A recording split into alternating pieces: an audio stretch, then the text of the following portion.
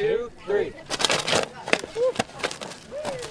Who was the first with the dirt? Yeah!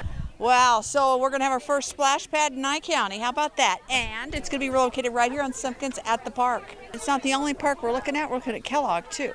But this is where we started. It's been a long time since we've done any improvements on Simkins, so it seemed appropriate. T-Mobile had a grant. Everything that we do is about grants. We try to find the money to do it so we're not spending the taxable money that we receive just on parks. We want to spend it on the people in other ways, too. My boss, Sergio, told me about this hometown grant, and I thought it was a really awesome opportunity for Pahrump. Hometown Grants is a program to support economic development projects in small towns all across the country. And I knew Tim Sutton from my daughter babysat for him once, and I just knew that if anybody would know where to put this information to good use, he would do that. And he got a hold of Jessica, and her and her awesome team, they got that grant written or proposal written and got it approved, and I think it's the most awesome thing ever.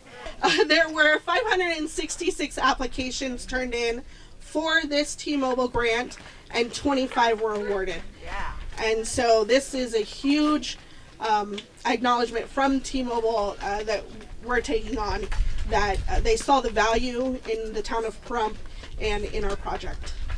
We're just happy to help out any way we can. This is part of T-Mobile's Hometown Grant Initiative. Today, the T-Mobile granted a grant in the amount of $50,000 to help out our community. And boy, oh boy, I can only say, this is an awesome opportunity for us to be more connected to the community. Deanna, it's great to be back here to talk to you. Yes, we're actually standing in the area that's marked out for where the splash pad would go. There would be actually a pad that would go here where the splash pad would be in. And again, there'll be a fence and possibly I'll say that, a wall, depending on what happens over here in this field, which is where they're going to be building some homes. So we don't know where they are with that. We know it's been planned and ready to go, but you know what happens when they start building. They're going to be kicking up all kinds of dirt and stuff. So if we put a block wall here, we'll stop some of that dirt from coming into the splash pad. And the splash pad is a unique piece of equipment.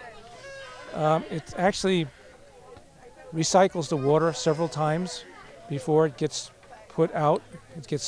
The system treats it as the water goes through and goes through and goes through. So it circulates 3 times, and then it goes out into the sewer or the septic, whichever they put it into here, and then the water replenishes it again. It'll be on a specific timing for when it would be done, because you don't want to do it in the winter time, because obviously the unit will freeze. We don't want the unit to freeze, and then it's going to break.